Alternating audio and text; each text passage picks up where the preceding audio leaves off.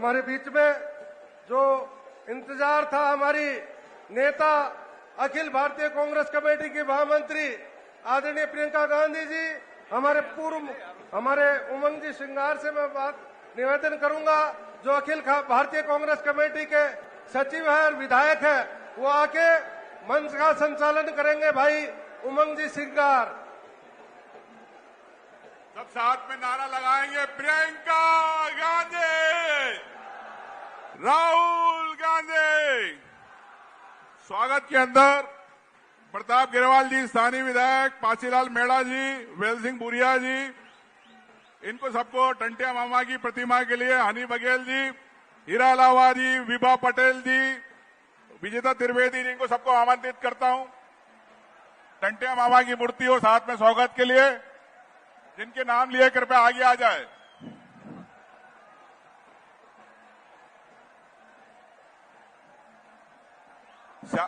जिनके नाम लिए विधायकों के आगे आइए भैया, जल्दी स्वागत करने। आगे आइए, आगे आइए, आगे। यूथ कांग्रेस के भैया आगे आ जाए। पुनः प्रताप गिरवाल जी, पाचीलाल मेड़ा जी अपनी आदिवासी वेशभूषा ड्रेस से उनका स्वागत करें। प्रियंका जी का टंटिया मामा की प्रतिमा, सुरेंद्र बघेल, हीरा अलावा, पाचीलाल मेड़ा, सभी से मेरा निवेदन है, प्रताप जी बुलवाओ, करवाओ ना स्वागत का।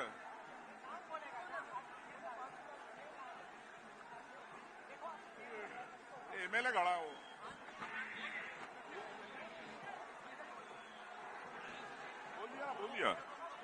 पुनः नाम लेता हूं, हनी बघेल, हीरा अलावा, प्रताप गिरवाल, पाचीलाल मेड़ा, वाल सिंह जी, आदिवासी ड्रेस और वेशभूषा से आदिवासी परंपरा अनुसार सभी विधायक और महिलाएं, विभा पटेल, विजेता त्रिवेदी, मीनाक्षी गिरेवाल, सेना पटेल, चंद्रभागा किराड़े, झूमा सोलंकी, सभी से मेरा निवेदन है प्रियंका जी का स्वागत करें आदिवासी परंपरा अनुसार, और सभी ताली बजा के प्रियंका जी का स्वागत करें।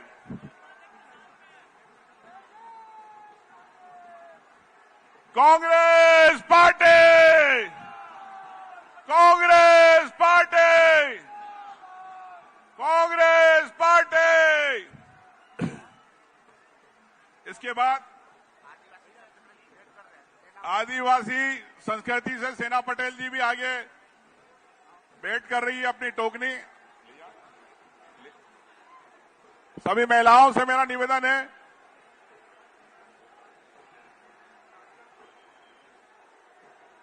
सभी महिलाओं से निवेदन है, सेना जी को थोड़ा आगे भेजे। और ये परंपरा हमारी हमेशा आदिवासी क्षेत्र में, मध्य प्रदेश में, धार झाबुआ में जो रही है, तो गांधी परिवार का विशेष रूप से यहां पे प्रेम रहा है। पूरा मैं आपसे कहना चाहूंगा, तालियों के साथ एक बार बजाए स्वागत करें एक बार प्रियंका गांधी का। तालियां बजाए साथियों, तालियां। अब साथ में चाहूंगा स्वागत का जाओ। यूथ कांग्रेस से भी निवेदन है, प्रदेश यूथ कांग्रेस, जिला यूथ कांग्रेस, सब वो भी कर दे।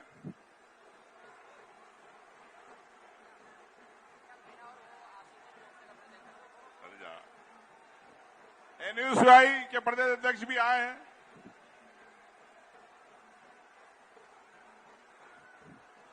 पुनः एक बार तालियां बजाए जोर से भाई, सब आदिवासी भाई, किसान भाई।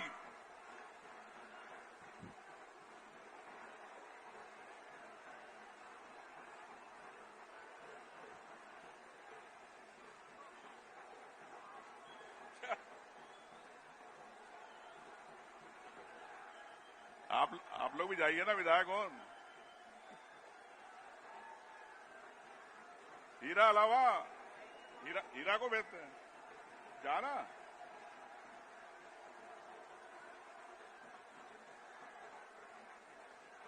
शानदार स्वागत।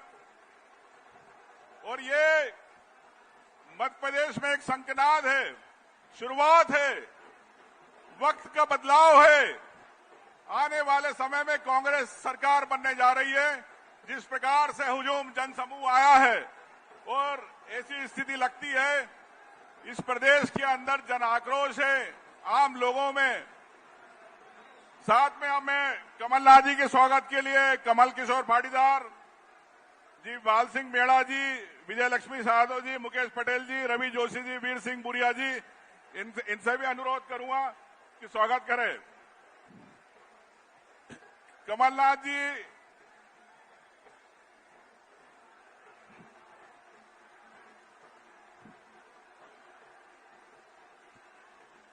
दिग्विजय सिंह जी का भी मैं रामू टिकाम, गजेंद्र राजू खेड़ी, सचिन यादव, ग्यारसी लाल रावत जी से अनुरोध करूंगा कि दिग्विजय सिंह जी का स्वागत करें। हनी बघेल जी भी, मेरा अनुरोध है दिग्विजय सिंह जी का भी आप लोग स्वागत करें, सचिन यादव जी। और हमारे आदिवासी नेता कांतिलाल भूरिया जी, उनका भी, विशाल पटेल, मेहता जी, निर्मल मेहता, रवि जोशी जी, आप भी स्वागत करें।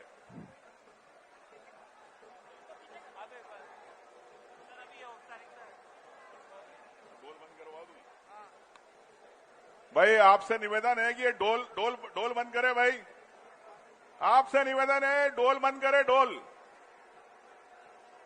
अब स्वागत की बेला मेरा आपसे करबद्ध निवेदन है कि आप समाप्त हो गई है, थोड़ा पीछे हो जाए, सब लोग अपनी कुर्सी में बैठ जाए, सभी वरिष्ठ कांग्रेसियों, मेरा निवेदन है।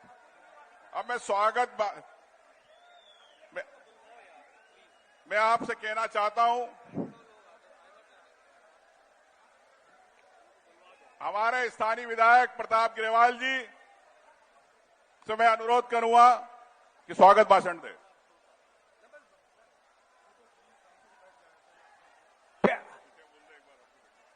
आप सब प्लीज शांति से बैठ जाइए।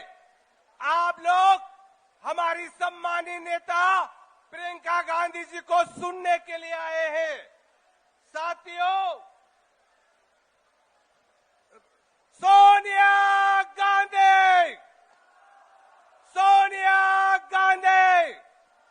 राहुल गांधी, मालवा निमाड़ के धार जिले के सरदापुर आदिवासी अंचल में हमारी भूतपूर्व प्रधानमंत्री स्वर्गीय इंदिरा गांधी जी, हमारे भूतपूर्व प्रधानमंत्री राजीव गांधी जी और अखिल भारतीय कांग्रेस कमेटी की अध्यक्षा श्रीमती सोनिया गांधी जी और अखिल भारतीय कांग्रेस कमेटी के पूर्व अध्यक्ष सम्माननीय राहुल गांधी जी के बाद में सरदारपुर की इस आदिवासी अंचल में अखिल भारतीय कांग्रेस कमेटी की राष्ट्रीय महासचिव श्रीमती प्रियंका गांधी जी का हार्दिक स्वागत करते हैं, वंदन करते हैं साथियों। और हम सबका विश्वास, हम सबका भरोसा और हमारा सबका नेतृत्व करने वाले आदरणीय हमारे प्रदेश कांग्रेस के अध्यक्ष आदरणीय कमलनाथ जी, हमारे प्रदेश के पूर्व मुख्यमंत्री सम्मानीय दिग्विजय सिंह जी साहब और मध्य प्रदेश कांग्रेस के प्रभारी आदरणीय रणदीप जी सुरजेवाला साहब और हमारे पूर्व अध्यक्ष सम्मानीय सुरेश पचौरी जी, कांतिलाल भूरिया जी, सभी हमारे यहाँ पर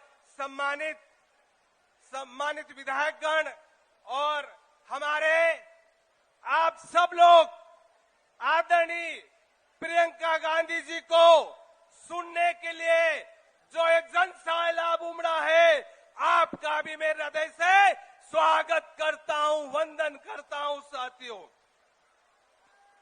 साथियों, भारतीय जनता पार्टी की जन विरोधी नीतियों के कारण जनता में मध्य प्रदेश सरकार के खिलाफ आक्रोश है।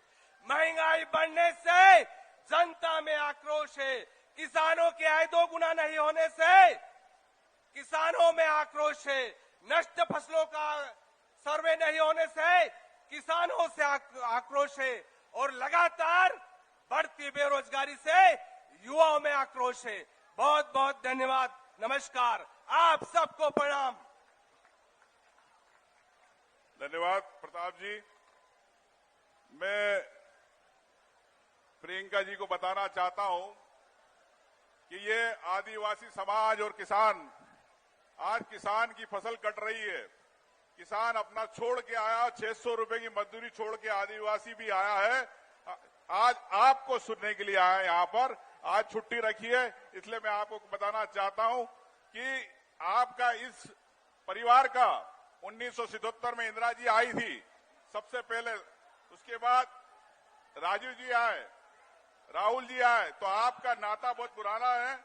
और मैं यही आपसे अनुरोध करना चाहूंगा कि यहाँ की जनता आपके साथ है और इंदिरा गांधी जी के रूप में आपको भी देखती है। हाथ ऊंचा करके भैया बताओ ये बात सच है। तो मैं अनुरोध करूंगा माननीय कमलनाथ जी से, पूर्व मुख्यमंत्री जी से सादर आमंत्रण।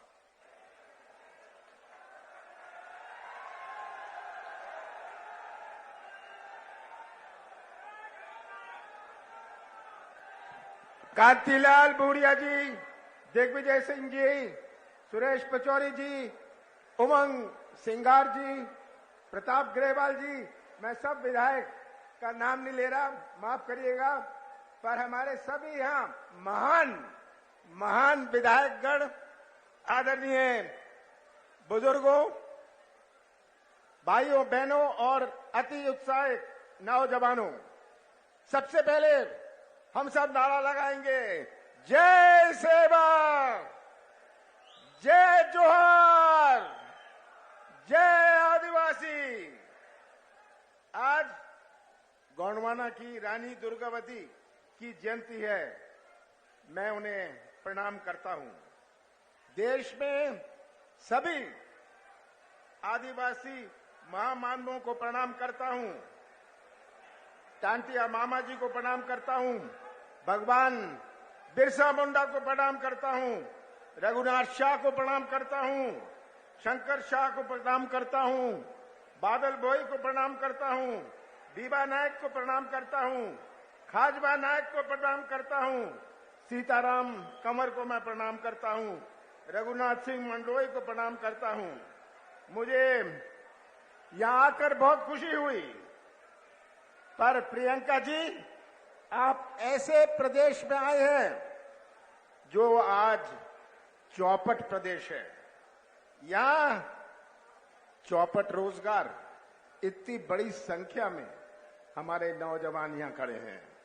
यहां चौपट भर्ती व्यवस्था, चौपट कृषि व्यवस्था, चौपट स्वास्थ्य व्यवस्था, चौपट उद्योग व्यवस्था, चौपट अर्थव्यवस्था, चौपट सुरक्षा व्यवस्था, चौपट पोषण व्यवस्था। ये आज तस्वीर प्रदेश की आप सबके सामने है। ये चौपट प्रदेश बना हुआ है। और जब मैं ये नौजवानों की ओर देखता हूं, सबसे बड़ी चिंता आज हमारे नौजवानों की भविष्य की है। आज का नौजवान मध्य प्रदेश का निर्माण करेगा भविष्य में। अगर नौजवान का ही भविष्य अंधेरे में रहा तो कैसा निर्माण होगा मध्य प्रदेश का। आज सबसे बड़ी चुनौती, बहुत सारी चुनौतियां हमारे प्रदेश में हैं, पर मैं मानता हूं कि सबसे बड़ी चुनौती हमारे नौजवानों के भविष्य का है। 1 करोड़ नौजवान आज बेरोजगार घूम रहे हैं। ये आज प्रदेश की हालत है। और शिवराज सिंह जी 18 साल के बाद हर साल, हर 11 महीने कहते हैं मैं 1 लाख की भर्ती कर रहा हूं। 11 महीने पहले का 1 लाख की भर्ती होने वाली है। मैं तो शिवराज सिंह जी से कहता हूं, 1 लाख छोड़िए, आप जो अतिथि शिक्षक हैं, जो रिक्त पद हैं, उन्हें ही भर दीजिए। पर आज ये सड़कों में जो हालत है, ये आप सबके सामने है। भ्रष्टाचार की कोई सीमा नहीं, घोटाला प्रदेश। मैं आपको भ्रष्टाचार के बारे में क्या सुनाऊं।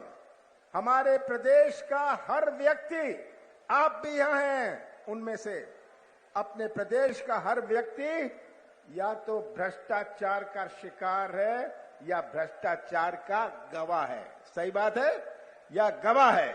ये आज हमारे प्रदेश का हाल है। भ्रष्टाचार की व्यवस्था बनाई हुई है। पैसे दो, काम लो। 50 एकड़ जमीन है, पैसे दे दो, गरीबी रेखा में अपना नाम लिखा लो। सही बात है।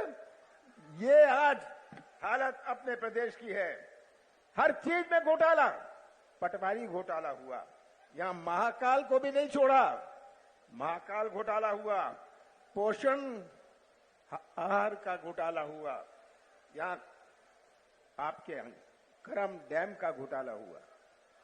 पूरे घोटाला और भ्रष्टाचार से अपने प्रदेश की पहचान बनी है। और यही आज व्यवस्था जो बनाई हुई है, नीचे से लेकर ऊपर तक भ्रष्टाचार और घोटाला। मैं तो शिवराज सिंह जी से पूछता हूं, शिवराज सिंह जी, आपने 18 साल में दिया क्या? शिवराज सिंह जी, आप जवाब दीजिए। आपने 18 साल में दिया क्या? महंगाई दी, आपने बेरोजगारी दी, भ्रष्टाचार दिया, कोरोना में मौत दी, भर्ती घोटाला दिया, माफिया राज दिया, बलात्कार दिया, बाल अपराध दिया, आदिवासी अत्याचार दिया।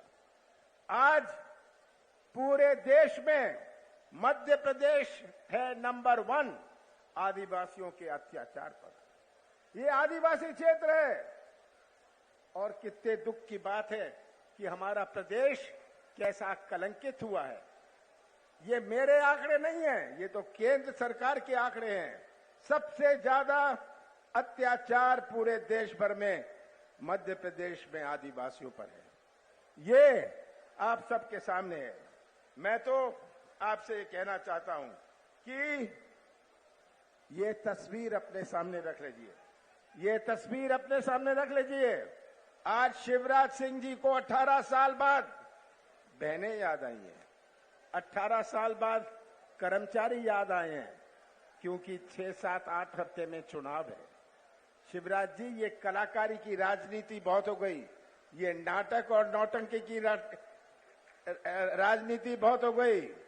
आपको ये दुखी किसान, जिसको खाद और बीज के लिए भटकना पड़ता है, जिसको न्याय के लिए भटकना पड़ता है, आप इसकी आवाज सुन नहीं सकते, आपके कान नहीं चलते, आपको ये बेरोजगार नौजवान नहीं दिखते, आपकी आंख नहीं चलती, कान नहीं चलते शिवराज जी, आंख नहीं चलती, पर आपका मुंह बहुत चलता है।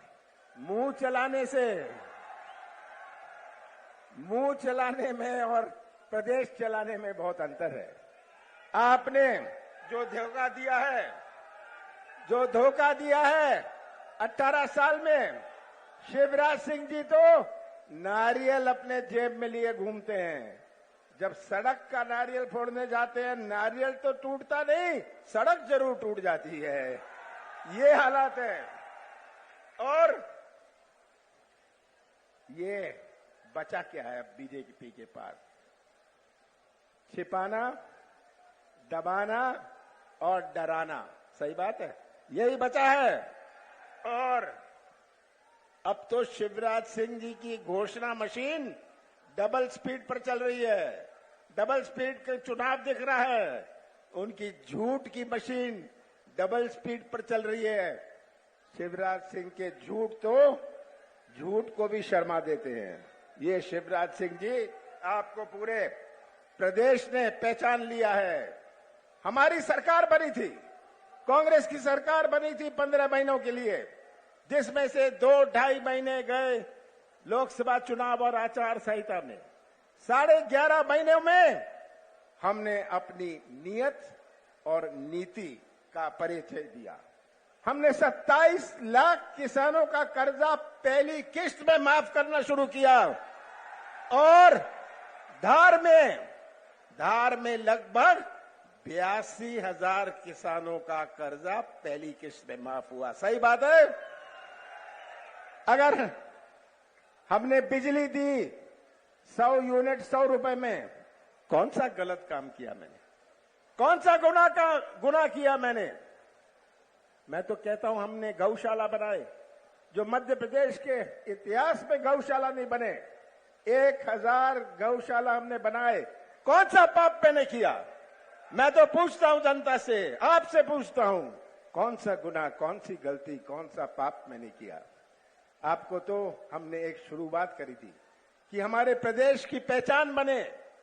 हमारा प्रदेश 5 प्रदेशों से घिरा हुआ है, जिसको केरल और तमिलनाडु में अपना सामान बेचना है, वो पंजाब और हरियाणा में अपना उद्योग लगाता है।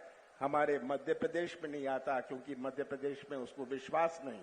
नौजवानों याद रखिएगा, निवेश तो आता है जब लोगों को प्रदेश में विश्वास होए, और किसी को मध्य प्रदेश पर विश्वास नहीं। मैंने प्रयास किया कि मध्य प्रदेश की पहचान बने, मध्य प्रदेश की नई पहचान बने, विश्वास की पहचान बने, हमारे यहां निवेश आए। हमारा किराने की दुकान भी चलती है जब किसानों की जेब में पैसा होता है, उससे आर्थिक गतिविधि बनती है। तो मैं तो ज्यादा नहीं बोलना चाहता। प्रियंका जी हमारे बीच में है, मैं उन्हें आपकी ओर से, अपनी ओर से स्वागत तो करता हूं और उनसे निवेदन करता हूं, आप धार आ गए, बार बार आप मध्य प्रदेश आते जाइए। यहाँ की जनता आपसे बहुत प्रेम और प्यार करती है। 6-8 महीनों में जो चुनाव है, 6-8 हफ्तों में चुनाव है, ये चुनाव केवल किसी उम्मीदवार का नहीं है, ये चुनाव केवल किसी पार्टी का नहीं है, ये चुनाव मध्य प्रदेश के भविष्य का है, हमारे नौजवानों के भविष्य का है। और मुझे पूरा विश्वास है, आप ये तस्वीर रख लीजिएगा, मध्य प्रदेश के हालात अपने सामने रख लीजिएगा, और आप सब मिलके सच्चाई का साथ देंगे। सच्चाई पहचान लीजिएगा, कलाकारी पहचान लीजिएगा, सच्चाई का साथ देंगे आप, तो मध्य प्रदेश का भविष्य सुरक्षित रहेगा। ये मेरी आपसे प्रार्थना है। आप सबका बहुत बहुत धन्यवाद।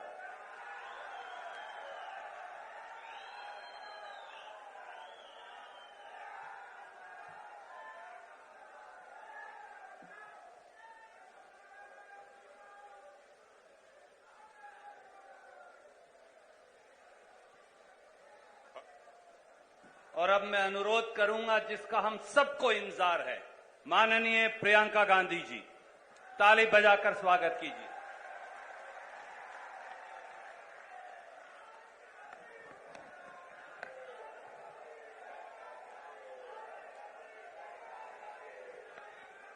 बहनों और भाइयों, सबसे पहले तो आप सबका बहुत बहुत स्वागत इस सभा में। मैं आपको दिल से धन्यवाद देना चाहती हूं कि कटाई का मौसम है और आप अपने खेतों को छोड़कर आज मेरी बातों को सुनने आए हैं।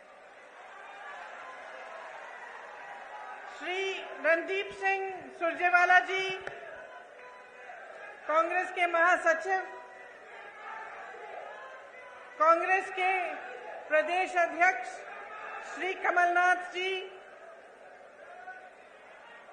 श्री दिग्विजय सिंह जी, श्री कांतिलाल भूरिया जी, श्री सुरेश पचौरी जी, प्रताप ग्रेवाल जी, श्री उमंग सिंगार जी, श्री सुरेंद्र बघेल जी, हीरालाल अलावा जी, पंचेलाल मेधा जी, सत्यनारायण पटेल जी, कमल किशोर पाटीदार जी, जीतू पटवारी जी, कुलदीप इंदौरा जी, मेरे प्यारे प्यारे कार्यकर्तागण और मंच पर उपस्थित सभी नेतागण, आप सबका भी इस सभा में बहुत बहुत स्वागत।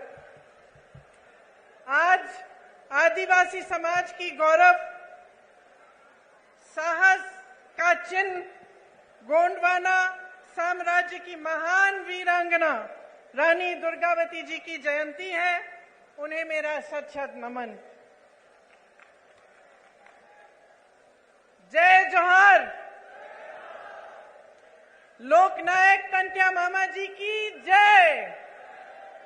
जय भीम। मेरे साथ एक बार जोर से बोलिए, हमू आखा एक छे। आदिवासी नायक भीमा नायक जी, शंकर शाह रघुनाथ शाह जी, बादल होई जी की विरासत को नमन। माही माता की कृपा से, कालका माता की कृपा से, अमका झमका माता की कृपा से आज मैं यहां आपके बीच आई हूं। यहीं पास में अमका झमका के दरबार में भगवान कृष्ण ने मां रुक्मिणी जी के साथ लीला रचाई थी। यहां मोहन खेड़ा का श्वेतांबर जैन मंदिर है, एक बहुत बड़ा तीर्थ स्थान है जहां देश भर से लोग आते हैं। ये महाराजा भोज की धरती है, शहीद महाराजा भक्तावर सिंह जी की धरती है, जिन्होंने हमारे पहले स्वतंत्रता संग्राम में अपने प्राणों का बलिदान दिया। यहीं पर आदिवासी समाज के और हमारे राष्ट्र नायक टंट्या मामा ने हमारी आजादी के लिए बलिदान दिया। यह संविधान निर्माता बाबा साहेब अम्बेडकर जी की धरती है। हमारी आजादी की लड़ाई के दौरान 1942 में भारत छोड़ो आंदोलन हुआ, जो धार जिले से में कालूराम विरुलकर जी ने आंदोलन का नेतृत्व किया। आजादी के बाद संविधान सभा में सदस्य बनकर उन्होंने भारत के संविधान को बनाने में बहुत योगदान दिया। महापुरुषों की धरती है। आज यहाँ खड़े होते हुए, उनका नाम लेते हुए, उनकी याद करते हुए मन में ये बात आती है कि हम इन्हें महापुरुष क्यों कहलाते हैं। इनमें और साधारण जनता में क्या फर्क था।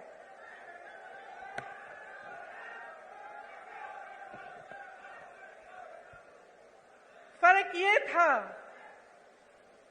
कि इन्हें हम महापुरुष इसलिए कहलाते हैं क्योंकि उन्होंने आजीवन जनता के लिए संघर्ष किया, एक जनता के साथ भरोसे का रिश्ता जोड़ा और उस भरोसे को जीवन भर नहीं टूटने दिया।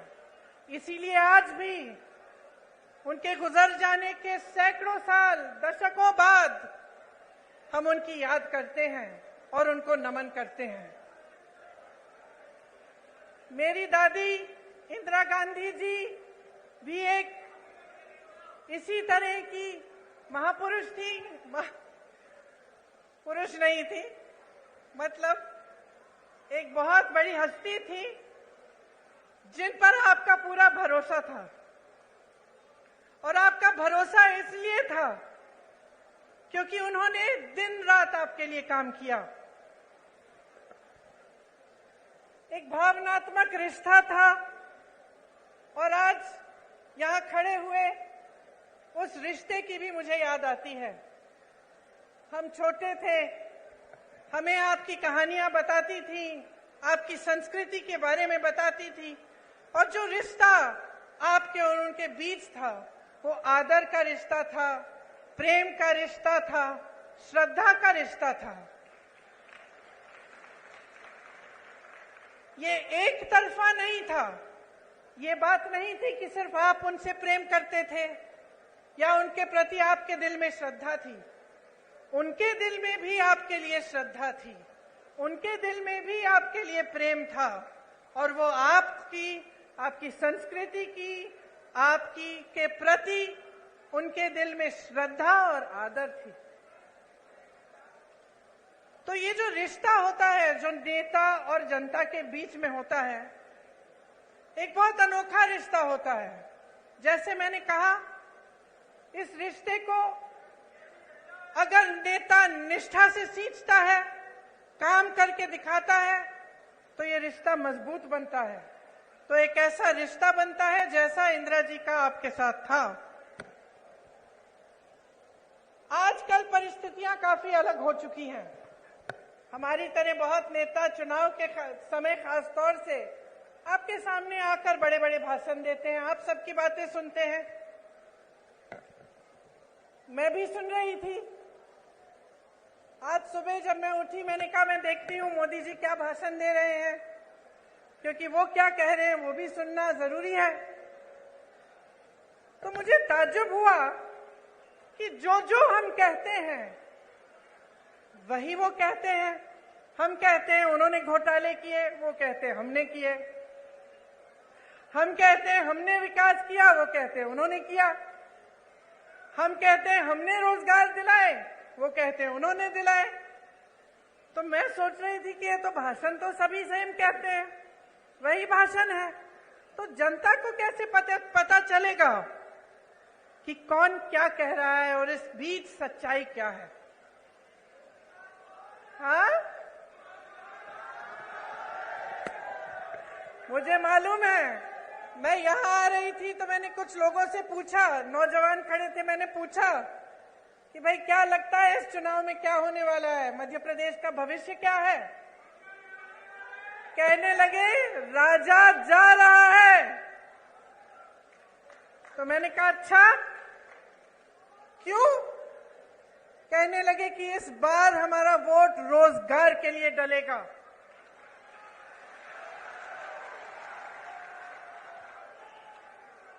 तो इसमें एक बात जो मैं इससे पहले कह रही थी वह स्पष्ट हो जाती है कि जब एक पार्टी का नेता आपके सामने कुछ कहता है, दूसरा वही चीज लगभग कह के जाता है, तो आपको पता कैसे चलता है कि कौन सच्चाई कह रहा है?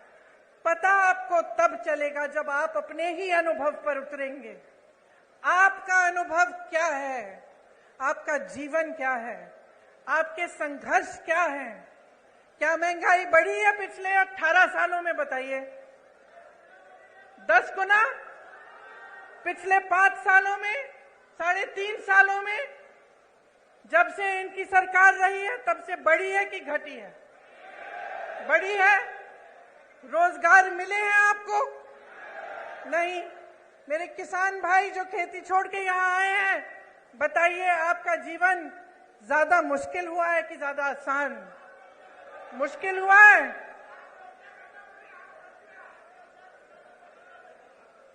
आपको मालूम, आप कह रहे हैं किसानों की आत्महत्या 17,000 में, मैंने अभी एक आंकड़ा सुना कि लगभग 17,000 नवयुवकों ने आत्महत्या की है पिछले 18 सालों में। तो सोचिए कि आपकी सच्चाई आज क्या है। किसी की बातों में मत पड़िए, मैं तो कहती हूं मेरी बातों में भी मत पड़िए, अपनी सच्चाई और अपने अनुभव में पड़िए और उस अनुभव के आधार पर अपना निर्णय लीजिए। आज हम इस देश में खड़े हैं जिस पर हम सबको गर्व है। और गर्व क्यों है? क्योंकि अगर आप आसपास के देशों को देखेंगे तो शायद हमारा एक देश है इन सारे आसपास के देशों में जो आजादी के बाद एक लोकतंत्र माना जाता था और जिसका लोकतंत्र हमेशा मजबूत रहा है। और ये लोकतंत्र हमारे संविधान में गढ़ा हुआ है। जिन्होंने हमारे संविधान को लिखा और बनाया, उन्होंने जीवन इस देश के लिए दिया। एक नहीं थे, बहुत सारे लोग थे हमारे स्वतंत्रता सेनानी। और हमें गर्व है आज अपने देश पर, जिसके संविधान में लिखा है कि हर जने को समान अधिकार मिलना चाहिए। हमारी कांग्रेस की सरकारों ने पंचायतों को सत्ता देकर यह अधिकार मजबूत बनाया। आज देखिए आज की परिस्थिति क्या है। आज तमाम पंचायतों को मुश्किलों में डाल दिया है और जहां हमने पंचायतों के लिए व्यवस्था लागू की, भाजपा सरपंचों के अधिकारों में कटौती ला रही है, आपको कमजोर कर रही है। राज्य भर में आज पटवारी 1 महीने से हड़ताल पर बैठे हैं। जितने भी काम आपको कराने पड़ते हैं सब काम रुक गए हैं। आप भटकते रहते हैं इधर से उधर। उनकी अपनी मांग है, उनको भी सरकार ने सहायता नहीं दी, वे हड़ताल पे बैठे हैं। ये स्थिति है आज यहाँ की। 18 सालों में 250 से ज्यादा, 250 से ज्यादा घोटाले हुए हैं। अगर हम उसकी लिस्ट बनाने चले तो हम यहाँ पे 2 घंटे के लिए खड़े रहेंगे। बच्चों के पोषण का घोटाला, मिड डे मील का घोटाला, बच्चों के एडमिशन का घोटाला, सर्व शिक्षा अभियान में घोटाला, स्कॉलरशिप में घोटाला, भर्ती की परीक्षाओं में घोटाला, नौकरियों में घोटाला, धार में यहाँ के डैम के बनाने में भी भ्रष्टाचार हुआ। इससे क्या पता चलता है आपको? आप अगर मेहनत करते हैं, खेती में, काम में मेहनत करते हैं, कहीं नौकरी करते हैं तो किस लिए करते हैं? मेरी बहनें, आप घर पे मेहनत करती हो, सारा घर परिवार संभालती हो, किस लिए करती हो? अपने बच्चों की परवरिश के लिए करती हो ना, अपने बच्चों के भविष्य को सुरक्षित करने के लिए। हम हमेशा सोचते हैं कि हमारे बच्चे बड़े होकर हमसे कुछ ज्यादा ही करें। अगर हम खेती करते हैं, हम सोचते हैं कि चलो इसको पढ़ाएंगे लिखाएंगे, इसकी और हमारे से बड़ी ज्यादा नौकरी होगी। अगर हम कहीं पे नौकरी करते हैं, हम सोचते हैं चलो इसको और पढ़ाएंगे लिखाएंगे ताकि हमसे भी ज्यादा कमाएं, हम बूढ़े होंगे हमारी देखभाल करें। यही हमारा मकसद होता है। चाहे जितने भी लोग आज यहाँ बैठे हैं, सब चाहते हैं कि अपने बच्चों का भविष्य मजबूत हो, उनकी तरक्की हो। और जब आप सामने देखते हैं कि चाहे पाठशालाओं में, चाहे भर्ती में, चाहे आपकी नौकरियों में, चाहे कुछ भी हो, हर चीज में घोटाला घोटाला भ्रष्टाचार है, तो कैसे मायूस होते होंगे? तो कैसे आपका दिल मजबूत बने और आप आगे बढ़ते चले जाएं? जब आपने किसी पर भरोसा किया, आपने अपना पूरा भरोसा एक नेता में डाला, एक पार्टी में डाला, और आपको पता चला कि 3.5 सालों से, उससे पहले भी जब इनकी सरकार थी, तो सिर्फ भ्रष्टाचार भ्रष्टाचार भ्रष्टाचार करते रहे। मैं जानती हूं कि आप में से कुछ लोग हैं जो सोचते हैं कि चलो खा रहा है, थोड़ा बहुत उसको खाने दो, हमारा काम तो करे, है कि नहीं? मैंने बहुत बार सुना है कि लोग कहते हैं चलो कोई बात नहीं, थोड़ा बहुत सब करते हैं, लेकिन कम से कम हमारा काम तो हो रहा है। मैंने बहुत बार कभी सुना है। लेकिन यहां तो परिस्थिति है कि खाए जा रहे हैं, खाए जा रहे हैं, खाए जा रहे हैं, आपका एक काम नहीं हो रहा है। आप अपने बच्चों को पाठशाला भी नहीं भेज सकते ये जानने के बिना कि वहां पे भी भ्रष्टाचार हुआ है। यहां व्यापम का घोटाला हुआ, 50 से अधिक लोगों की मौत हुई। इन्होंने जांच कराई। ये जो ईडी ये सबके घर भेज देते हैं एजेंसियों को, पता चला कि किसी ने इनके खिलाफ कुछ कह दिया, लिख दिया, एकदम ईडी पहुंच गई उनके घर। अरे यहां तक कि फिल्मों के अभिनेताओं के घर भी कल परसों ईडी पहुंच गई। यहां पे क्यों नहीं पहुंची? यहां जो इतने बड़े घोटाले हुए हैं, इनके अधिकारियों के घर में क्यों नहीं पहुंची? इनके नेताओं के घर में क्यों नहीं पहुंची? तो ये सवाल आपको पूछने हैं। जब मां नर्मदा के साथ घोटाला हो सकता है, भ्रष्टाचार हो सकता है, जब महाकाल की मूर्तियों के साथ सप्त ऋषियों की जो मूर्तियां हैं, उन्हें स्थापित एक दिन किया, अगले दिन बह गई, इनके साथ जब भ्रष्टाचार हो सकता है, जब भगवान के साथ कोई घोटाला और भ्रष्टाचार करने की हिम्मत करता है, तो क्या समय नहीं आ गया है इनको बदल डालने का? बताइए।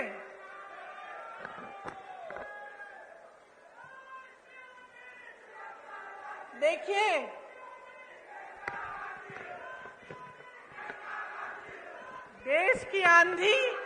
देश की आंधी इस देश का नौजवान है। जाग जाओ मेरे भाइयों और बहनों।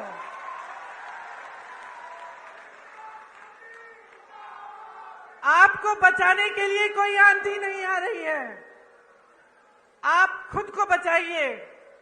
ये जो आपके साथ हो रहा है ये गलत है। जो रोज रोज आप जी रहे हैं, आप संघर्ष कर रहे हैं, ये गलत है। मेरे नौजवान भाइयों, आप फीस देते हैं ट्यूशन की, देते हैं कि नहीं? जब आपको भर्ती की परीक्षा भरनी पड़ती है, आप संघर्ष करते हैं कि नहीं? माता पिता आपके लिए खेती करते हैं, नौकरी करते हैं, संघर्ष करके आपके लिए पैसे इकट्ठे करते कि आपकी फीस भरेंगे कि नहीं? तो क्यों इनको आपने इतनी हिम्मत दे दी है कि जब आप परीक्षा देने जाते हैं तो बार बार उनकी भर्ती की परीक्षाओं में ये घोटाला करते हैं? मैंने उत्तर प्रदेश में देखा है, मैंने उत्तर प्रदेश में ऐसे नौजवान देखे हैं जिनके 10-10 साल गुजर गए हैं। एक परीक्षा दी, मार्क्स नहीं निकले, उसमें कुछ घोटाला हो गया। दूसरी परीक्षा दी, उसमें भी घोटाला हो गया, भर्ती की लिस्ट नहीं निकली। इंतजार करते रहे ये सोच के कि हमने पैसे खर्चे हैं, हमने मेहनत की है, एक ना एक दिन हो जाएगा। इंतजार करते रहे। जो बच्चा 22 साल का था, 21 साल का था, अब 30 साल का हो गया, अभी तक उसको नौकरी नहीं मिली। ये परिस्थितियां हैं इन प्रदेशों में जहां भाजपा सरकार में है, सत्ता में है, क्योंकि इनका अहंकार बहुत बढ़ गया है। मेरी बहनों और भाइयों, बहुत ज्यादा लूट होने लगी है और कोई रोक, कोई लगाम नहीं है। आप सोचिए, जब आप ही की संपत्ति, इस देश की संपत्ति, जो सबसे बड़े बड़े पीएसयू हैं, वही अपने दोस्तों को बेच डाले। जब यहाँ खड़े हुए जितने भी अधिकारी हैं, पुलिस वाले खड़े हैं, कर्मचारी हैं, इनको पुराना पेंशन नहीं मिलता। जब इसको देने का समय आता है तो आपको बताया जाता है कि पैसे नहीं हैं। तो अगर पैसे नहीं हैं तो अडानी जी के हजारों करोड़ लोन माफ कैसे हो रहे हैं? अगर किसान के कर्ज माफ नहीं हो सकते तो ये बड़े बड़े उद्योगपतियों के कर्ज माफ कैसे हो रहे हैं? ये सवाल आपको पूछना पड़ेगा, क्योंकि आप अगर ये सवाल नहीं पूछेंगे तो हमारी नहीं, इन सब नेताओं की नहीं, आप सबकी जिंदगी बर्बाद होगी, आपका भविष्य बर्बाद होगा, आपके आने वाले दिन अच्छे नहीं, बुरे होंगे। और ये बात आपको गहराई में समझनी पड़ेगी। आज ऐसी परिस्थिति बन गई है कि कुछ लोगों ने नेताओं को भगवान बना दिया है। नेता भगवान नहीं है। बहनों और भाइयों, आप में से उभर के आता है, आपकी तरह इंसान है, और जब उसका अहंकार बहुत ज्यादा बढ़ जाता है, जब वो आपकी परवाह नहीं करता, तो इस लोकतंत्र ने, जिसपे हम सबको गर्व है, इस लोकतंत्र ने आपको अधिकार दिया है कि आप उसको निकालें, उसको सबक सिखाएं, उसको जिम्मेदार बनाएं, उसको जवाबदेह बनाएं। और ये आपकी जिम्मेदारी है। आज आपके प्रदेश में इतनी महंगाई है, मैं जानती हूं बहनों, मैं जानती हूं कि आप पर क्या गुजर रहा है। मैं जानती हूं कि जब आप सोच रहे होंगे कि त्योहार का मौसम आ रहा है, दशहरा आ रहा है, धनतेरस, दिवाली, आप कुछ खरीदना चाहते हैं, आप जब दुकान जाते हैं तो घबराते हैं कि हम ये सब चीजें ले पाएंगे कि नहीं। आधी चीजें खरीदते हैं, आधी छोड़ देते हैं। मैं जानती हूं आप सोचती हैं कि किस तरह से थोड़ी बहुत बचत हो जाए घर में, थोड़ा कम खा के, थोड़ा सा काम ज्यादा करके। मैं जानती हूं कि कितनी मुश्किल समाज का कितना बोझ उठाती हैं। आपको बताया जाता है कि राशन हमने मुफ्त कर दिया, वाह वाह वाह, बहुत बढ़िया। वहां हजारों करोड़ के लोन मुफ्त में मिल रहे हैं, यहां राशन पे हमें आपसे हाथ जोड़ना पड़ रहा है। इन्होंने कहा कि राशन आपको मुफ्त में दे रहे हैं। अब आप सोचिए, मैं एक राज बताती हूं आपको। जब कांग्रेस की सरकार थी तब आपको राशन कितने में मिलता था? 60 रुपए में। उस समय गैस का सिलेंडर कितने का था? 425 रुपए। तो मतलब 485 रुपए में लगभग आपको राशन भी मिल जाता था और आपको सिलेंडर भी मिल जाता था। अब ये कहते हैं इन्होंने राशन मुफ्त कर लिया, जैसे बहुत बड़ा एहसान कर लिया आप पे। और अभी तक, कल तक, चुनाव के आने तक सिलेंडर कितने का मिल रहा था आपको? 1125 रुपए। तो जो आपको पहले सिलेंडर और राशन 485 रुपए में मिल रहा था, आज आपको राशन मुफ्त, लेकिन सिलेंडर 1125 रुपए। और चुनाव आया, फट से कम कर दिया। चुनाव आया, आप सुन लीजिए इस बात को बहुत ध्यान से। चुनाव आया तो क्या क्या नहीं हुआ। चुनाव आया तो घोषणाएं शुरू। चुनाव आया तो मोदी जी हर 2 दिन यहां आकर कोई उद्घाटन कर रहे हैं। 18 साल में समय नहीं मिला उद्घाटन करने के लिए। ये पुल, ये सड़कें, ये सब विकास की बातें ये पहले नहीं हो सकती थी? क्या समझ रखा है आपको भाइयों और बहनों? अरे जागो, इनको सिखाओ। ये तो समझ रहे हैं कि किसानों के जीवन में मुश्किल पे मुश्किल डालें, कि आप सिंचाई के लिए इनसे भीख मांगे। आपकी जब फसल बर्बाद हुई है उसका मुआवजा आपको मिला है? यहां सोयाबीन के किसान हैं? आपको मुआवजा मिला? चलिए, बारिश आई, बाढ़ आई, कुछ सर्वे भी किया इन्होंने मुआवजे के लिए? नहीं किया। अब देखिए चुनाव आ रहे हैं, देखिए क्या पता कुछ मुआवजा भी दे दे। चुनाव के बाद करेंगे नहीं करेंगे ये मत पूछिए मेरे से। फसल बीमे में घोटाला, तो हर तरफ घोटाला। तो आप बताइए इसका इलाज क्या है? आज बेरोजगारी चरम पे है कि नहीं है? है ना? आपको मालूम है कितने पद खाली हैं? मैं बताती हूं, सुनिए। शिक्षकों के करीब 70,000 पद खाली। विश्वविद्यालयों में 75% पद खाली। सामुदायिक स्वास्थ्य केंद्रों में डॉक्टरों के 90% से ज्यादा पद खाली। ग्रामीण सामुदायिक स्वास्थ्य केंद्रों में सर्जन के 90% से ज्यादा पद खाली। महिला रोग विशेषज्ञों में 90% से ज्यादा पद खाली। फिजिशियन, जो डॉक्टर होते हैं, जो सारी बीमारियां समझ जाते हैं, 90% से ज्यादा पद खाली। बच्चों के डॉक्टर 90% से ज्यादा पद खाली। पूरे प्रदेश की सीएचसी में एक भी आंख का डॉक्टर नहीं है। मोतियाबिंद होती है, आंख में तकलीफ होती है, कहां जाएंगे? कहां जाएंगे? प्राइवेट में जाएंगे। प्राइवेट में चले जाते अगर पैसे कमाने का मौका दिया होता आपको। लेकिन इन 3.5 सालों में और उससे पहले जितने सालों का इनका राज रहा है, आपको कमाने का मौका कहां दिया? जहां जहां से रोजगार बनना था, चाहे बड़े बड़े पीएसयू, इन्होंने बेच दिए। छोटे छोटे उद्योग पे जीएसटी थोप कर, नोटबंदी करके उन्होंने ठप करा दिए। मुश्किल में है जितने भी मेरे दुकानदार भाई यहाँ बैठे हैं या छोटे छोटे उद्योगपति हैं, वो बताएंगे आपको कितनी कमाई हुई है। जीएसटी भरते भरते भरते भरते उनको समझ में ही नहीं आ रहा है किस चीज की क्या जीएसटी है। उनको खत्म कर दिया। खेती किसानी में रोजगार पैदा होता था, मनरेगा होता था आपके गांव में, वहां पे रोजगार बंद। तो रोजगार देंगे कहां से आपको? आपको कमाने का मौका नहीं दे रहे हैं, लेकिन आप पे महंगाई इतनी थोप रहे हैं कि आपका जीना मुश्किल हो गया है। पर ये सब बातें मैं आपको यहाँ इस मंच पे खड़े होकर समझा रही हूँ। आप सबको तो पहले ही मालूम है।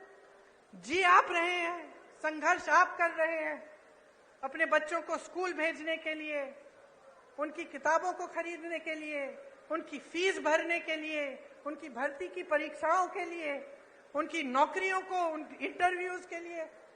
ये सब काम आपके ही समर्थन से आपके बच्चे कर रहे हैं, लेकिन करने के बावजूद कुछ नहीं मिल रहा है। इसीलिए मैं आपसे कहना चाहती हूं कि आप इंदौर संभाग के हैं।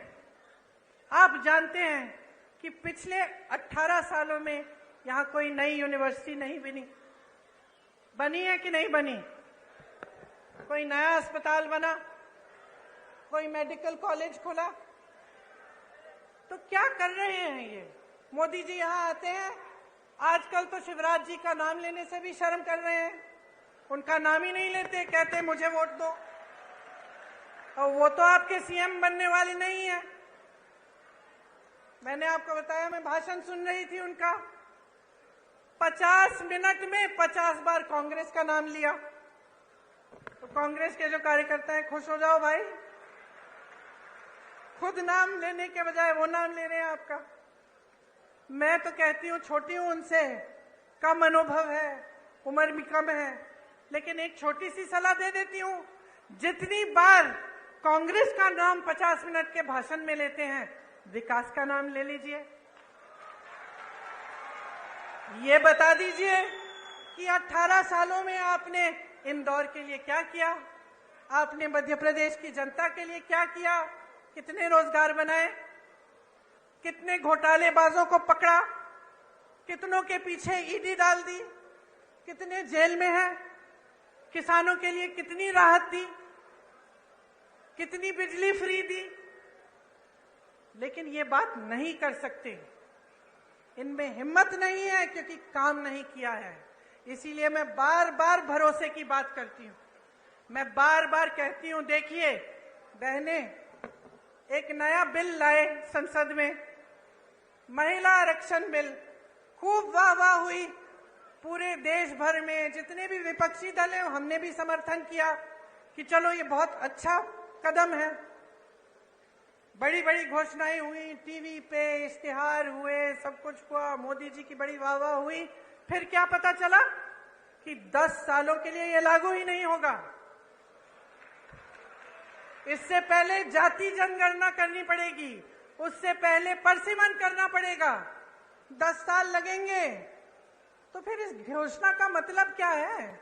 इन चुनाव के लिए फिर से मतलब क्या है? आप महिलाओं को मजाक समझ रहे हैं? आप समझ रहे हैं कि महिलाओं को आप कुछ भी कह दें और हम अंधे होकर आपको वोट देंगे? हमारा अधिकार है ये हमारा अधिकार है कि हमें आरक्षण मिले, हमारा अधिकार है। ये कोई एहसान नहीं कर रहा है हम पे। और जिस तरह इस देश के एक एक वासी का अधिकार है, इस संविधान में है कि हर चीज के लिए समान अधिकार होना चाहिए, तो फिर जाति जनगणना क्यों नहीं हो रही है? जब इसकी बात उठती है तो ये चुप क्यों हो जाते हैं?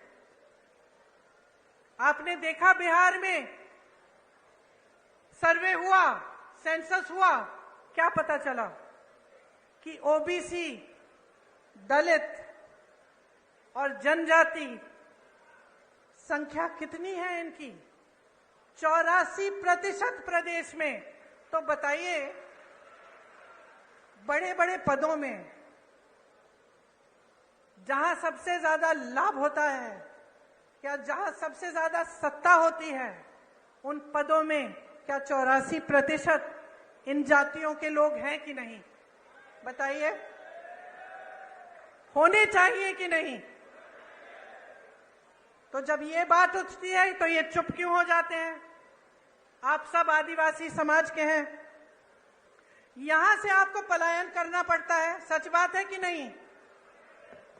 दिल्ली में बहुत सारे लोगों से मैं मिलती हूं जो यहां से गए हुए हैं वहां पलायन करके, क्यों? रोजगार ढूंढने के लिए। आपके क्षेत्र में, जैसे मैंने पहले कहा, मनरेगा होता था, कुछ रोजगार मिल जाता था, वो भी बंद हो गया है। यहाँ की आदिवासी महिलाओं पर सबसे ज्यादा अत्याचार है। आपने सारे वायरल वीडियो देखे होंगे, क्या क्या नहीं कर रहे हैं। देश में सबसे ज्यादा बच्चियां एमपी में गायब हैं, सबसे ज्यादा महिलाएं यहां से गायब होती हैं। यहां रोज 17 बलात्कार होती हैं। बहनों सुनो, क्योंकि आपको पूछना पड़ेगा कि आपकी सुरक्षा के लिए ये सरकार क्या कर रही है। ये बड़ी बड़ी बातें, बड़ी बड़ी घोषणाएं चुनाव से पहले कि आपको पैसे मिलेंगे, आपकी सुरक्षा होगी, आपको आरक्षण मिलेगा, बहुत बड़ी बातें हैं। 18 साल से सरकार में रही हैं, आपकी बच्चियां आज भी सुरक्षित नहीं हैं। ये सवाल पूछो। आपको याद है वो कहानी यही की, कृष्ण भगवान ने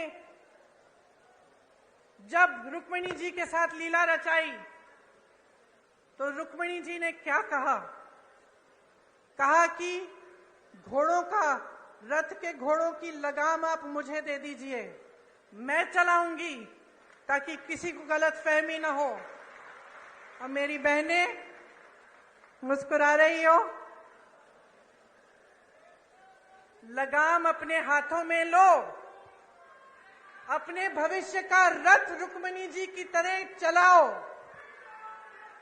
आगे देखो, अर्जुन की आंख और अर्जुन के निशाने के तरह विकास, अपने बच्चों का भविष्य, अपने अधिकार, इस देश को आगे बढ़ाने का काम अपनी नजर से मत हटाओ।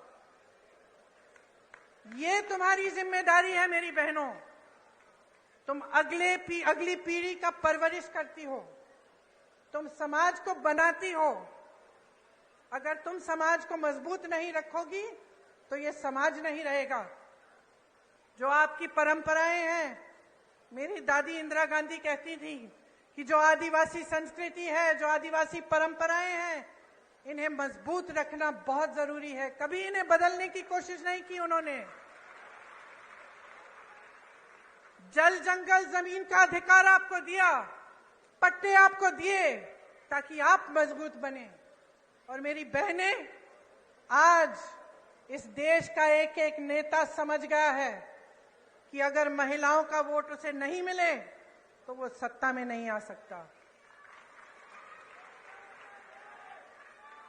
इसीलिए मेरी बहनें, जब मैं कहती हूं कि लगाम संभालो, अपना रथ खुद चलाओ, मैं इसलिए कहती हूं कि आज कौन सत्ता में आएगा कौन नहीं आएगा ये आपके हाथों में है। इस बात को गहराई से समझो।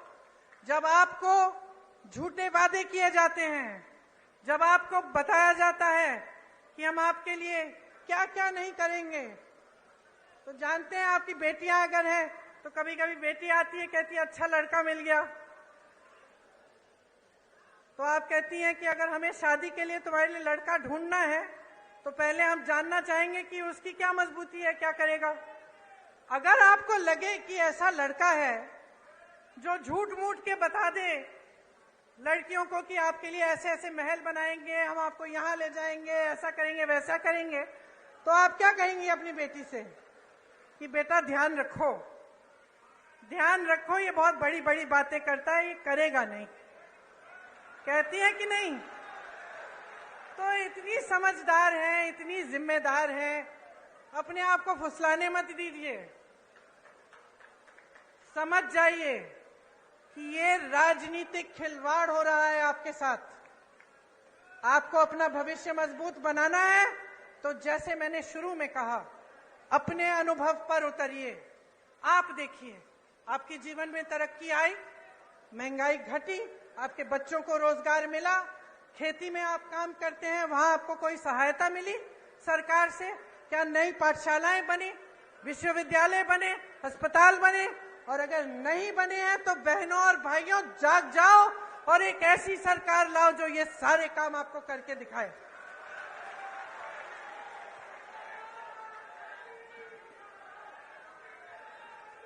शिशुपाल के अत्याचारों का घड़ा भर गया है, भर गया है। अब कृष्ण भगवान की तरह कृष्ण रूपी बन जाओ और कृष्ण भगवान की तरह इनको निकाल दो, इनको खत्म कर दो।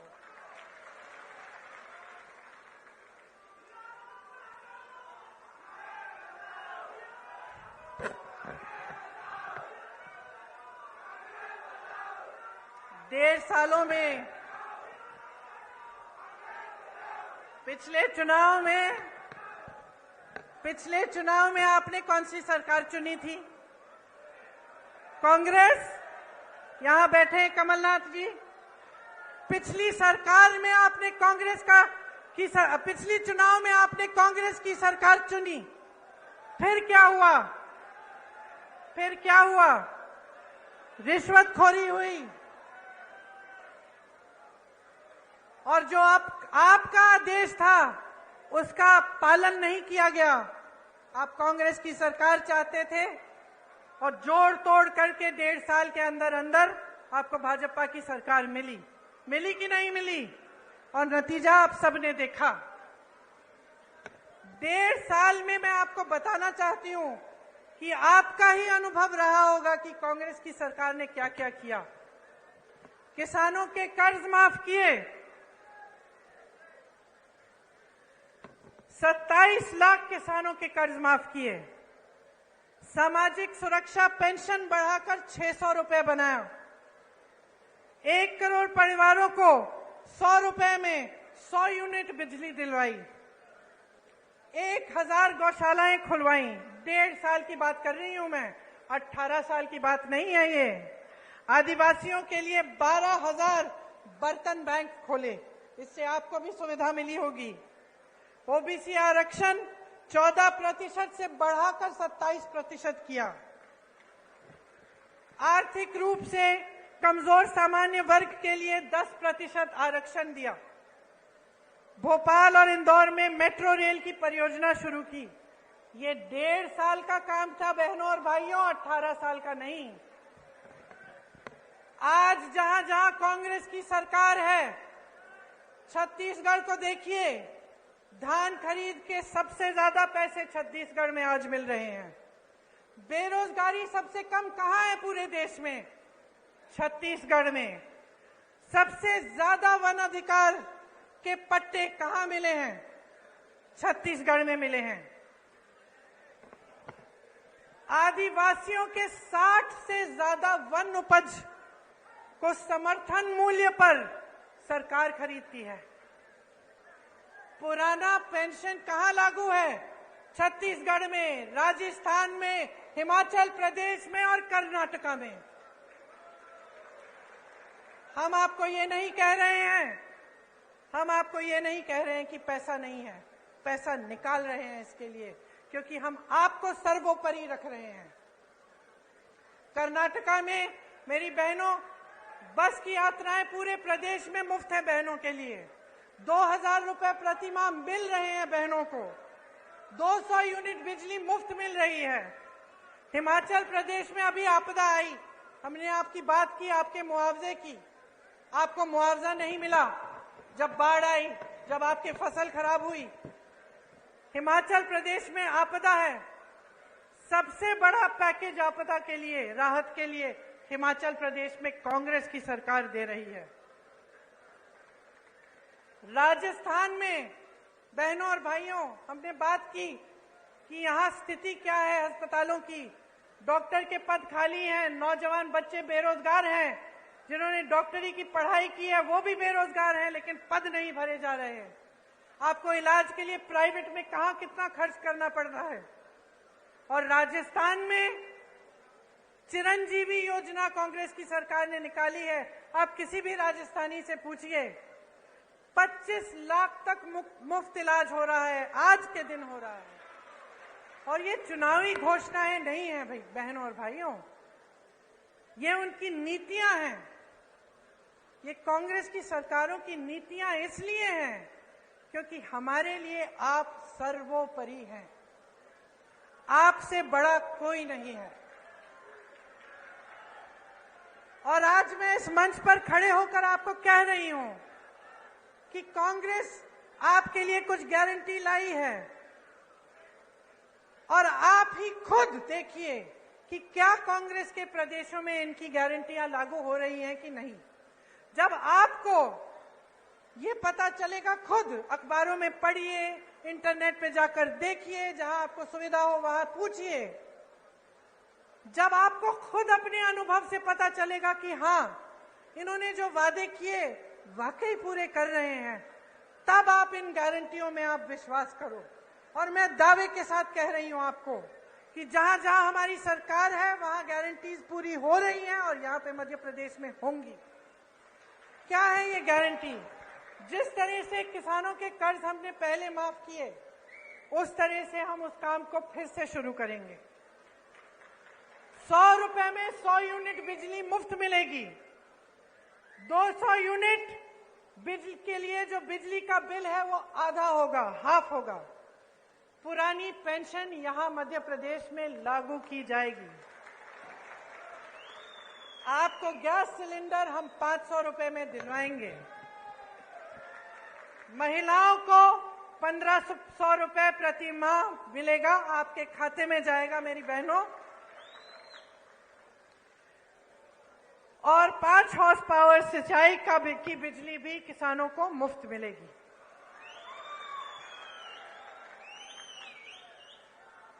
देखिए, आपने मेरी बातें बहुत ध्यान से सुनी और मैं यहां खड़े होकर ऐसी कोई बात भी नहीं करना चाहती जो सही नहीं है। दूसरी पार्टियों के बारे में नकारात्मक बातें करना, उल्टी सीधी बातें करना आसान है। अपने काम और अपनी पार्टी, अपनी सरकारों के अनुभव, उनके विवेक, उनके कार्यों के आधार पर बात करना मुश्किल होता है। मुश्किल क्यों? क्योंकि फिजूल की बात नहीं कर सकती। मैं यहां खड़ी होकर ये नहीं कह सकती कि भाई राजस्थान में चिरंजीवी योजना है, 25 लाख का मुफ्त इलाज है, अगर नहीं होगा तो। क्योंकि आप में विवेक है, आप जान लेंगे कि भाई यहां पे खड़े होकर सब फालतू की बातें करते हैं। तो यहां खड़े होकर मैं सिर्फ वो बातें करना चाहती हूं जो सच्चाई है, जो हमारे अनुभव की बातें हैं और जिन बातों की सच्चाई आप खुद खोज सकते हैं। तो यहां खड़े होकर सबसे बड़ी बात मैं आपसे क्या कहना चाहती हूं कि देखिए, ये देश आपका है,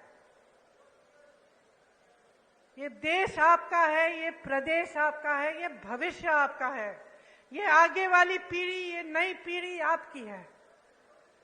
तो जिम्मेदारी भी आपकी है, कांग्रेस पार्टी भी आपकी है, हम सब भी आपके हैं।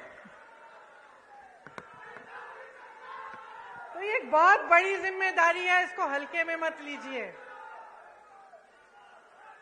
आपको संविधान ने सबसे बड़ी शक्ति दी है, वो आपकी शक्ति है, जनता की शक्ति है। अब बहुत हो चुका है, आपने बहुत देख लिया है, टीवी में बातें सुन ली हैं, बड़े बड़े इश्तिहार देख लिए हैं, वहां हरियाली है, इश्तिहारों में बड़ी बड़ी चीजें हो रही हैं, सब बन रहा है, यूनिवर्सिटियां बन रही हैं, अस्पताल बन रहे हैं, रोजगार बन रहे हैं, पढ़ाई भी हो रही, सब कुछ हो रहा है इश्तिहारों में, लेकिन जमीन पर नहीं हो रहा है। और जब तक आप इसको जमीन पर नहीं उतारेंगे, आप स्पष्ट कर दीजिए हर नेता को कि जब तक ये बातें जमीन पर नहीं उतारेंगे, अपने वादों पर खरे नहीं उतरेंगे, तब तक आपका कीमती वोट उनके पास नहीं जाएगा। और मैं ये दावे के साथ कह सकती हूं कि अगर आप सोच समझ के अपना वोट देंगे, अगर आप वाकई अपने भविष्य को बनाने के लिए और ऐसी बातों में नहीं पड़ेंगे जिनसे आपके जज्बात जुड़ जाते हैं, क्योंकि बहुत चालाकी से चुनाव के समय आपके जज्बातों को जोड़ा जाता है। धर्म की बातें होती हैं, जाति की बातें होती हैं, ऐसी बातें होती हैं कि आपको बुरा लगता है कि भाई अगर हम वोट नहीं देंगे कहीं हमारे धर्म पे आंच ना आ जाए, कहीं हमारी जाति पे आंच ना आ जाए, लेकिन यह आपको गुमराह करने का तरीका है। तो जैसे मैंने कहा, अपनी आंख अर्जुन की तरह निशाने पर रखिए। निशाना आपका भविष्य है, निशाना मध्य प्रदेश का भविष्य है। मेरी बहनों, निशाना आपका भविष्य है, इससे आंख मत हटाओ। और आप जिस दिन चुनाव में वोट डालने जाएंगे, उस दिन याद रखो मेरी बातें, ये वोट आपके लिए जाना चाहिए, आपके मध्य प्रदेश के लिए, आपके भविष्य के लिए और आपके बच्चों को मजबूत बनाने के लिए। और मैं दावे के साथ कहती हूं कि अगर आप इस तरह से सोचेंगे, अगर आप पूरे विवेक से और अपने ही अनुभव से अपना वोट डालेंगे, तो आपका एक एक वोट आज कांग्रेस पार्टी को जाएगा। क्योंकि इस देश को मजबूत बनाने वाली, इस देश को स्वतंत्र बनाने वाली, इस देश को एक रखने वाली, इस देश में विकास लाने वाली एक ही पार्टी है, कांग्रेस पार्टी। भाइयों और बहनों, अब खेती में वापस जाने का समय आ गया है। मैं आपको और कष्ट नहीं दूंगी। आपको बहुत बहुत धन्यवाद देती हूं कि आपने इतनी प्यार से मेरी बातें सुनी और मेरा इंतजार किया। मेरे साथ एक बार कहिए, मध्य प्रदेश की जय, मध्य प्रदेश की जय, मध्य प्रदेश की जय। जय हिंद।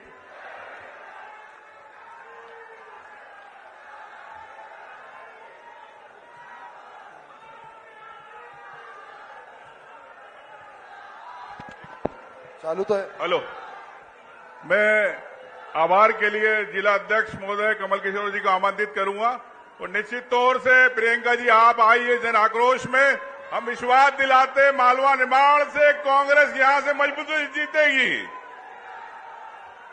आज हमारे बीच में इंदौर संभाग के धार जिले आदिवासी ग्रामीण राजगढ़ में परम आदरणीय प्रियंका गांधी जी, अखिल भारतीय कांग्रेस कमेटी की महासचिव हमारे बीच में, हमारे आदरणीय कमलनाथ जी, हमारे परम आदरणीय राजा साहब एवं समस्त विधायक, जिला अध्यक्ष और इस क्षेत्र की, इस आंचल के आदिवासी जनता, कार्यकर्ता बंधु आज सभी यहाँ इस जन आक्रोश यात्रा में आए और आप परम आदरणीय प्रियंका गांधी जी को सुनने और आपको उन्होंने संबोधित किया और इस सभा में सभी का मैं हृदय से आभार व्यक्त करता हूं। आप सब खेती बाड़ी छोड़ के यहाँ पधारे। जय हिंद, जय भारत।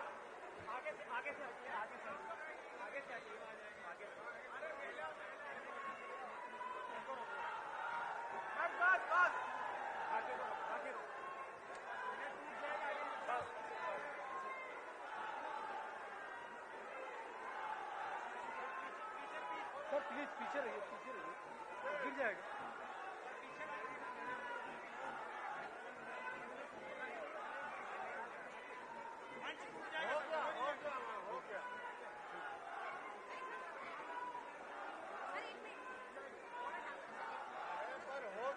हो गया मैम, हो गया। जाने दो भैया, महिलाओं को काम मौका मिलता है यार।